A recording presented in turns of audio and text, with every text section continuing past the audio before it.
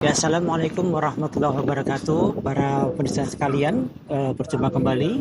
Saat ini kami sedang perjalanan dan kebetulan lewat di daerah Ketep, eh, Boyolali. Dan alhamdulillah kita akan membahas beberapa pertanyaan dari pemirsa kembali. Yang pertama, pertanyaan dari saudari Aulia Rehanisya. Ya, dokter, kakak saya ada bercak-bercak merah di kulit dan kemudian dirujuk ke spesialis kulit dan kemudian didiagnosis sebagai vaskulitis. Mohon dijelaskan tentang vaskulitis itu apa?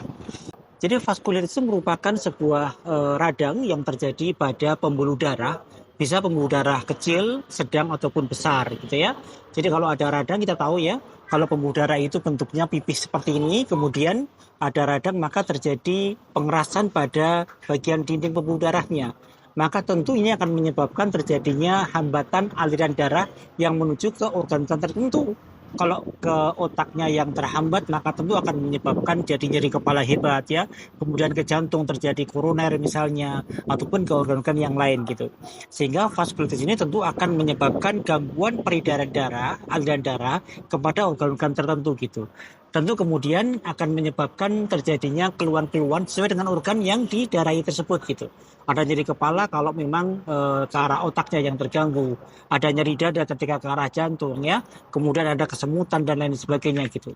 Dan satu lagi adalah timbulnya bercak-bercak pada kulit. Kenapa timbul bercak pada kulit? Itu terjadi karena gampang pecahnya pembuluh darah karena vaskulitis tersebut gitu.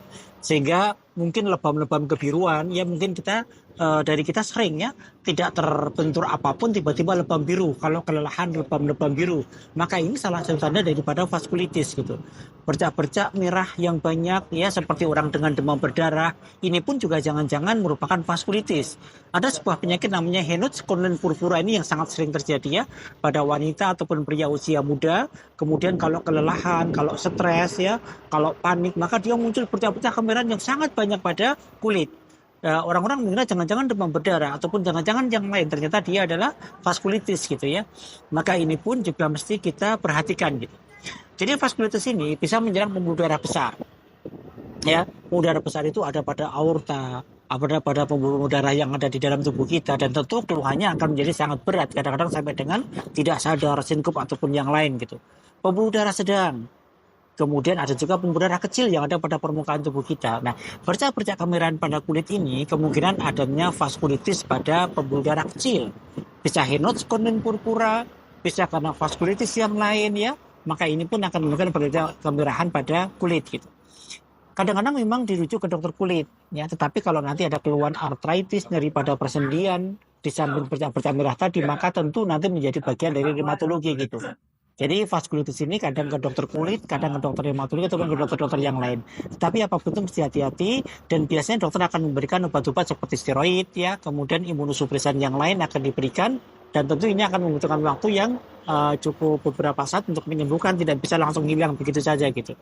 Tetapi apapun itu, vaskulitis ini kalau sudah membaik, maka kita harus menghindari faktor pencetusnya. Kira-kira apa sih yang mencetuskan vaskulitis ini sehingga supaya dia tidak kambuh lagi, tidak muncul lagi gitu.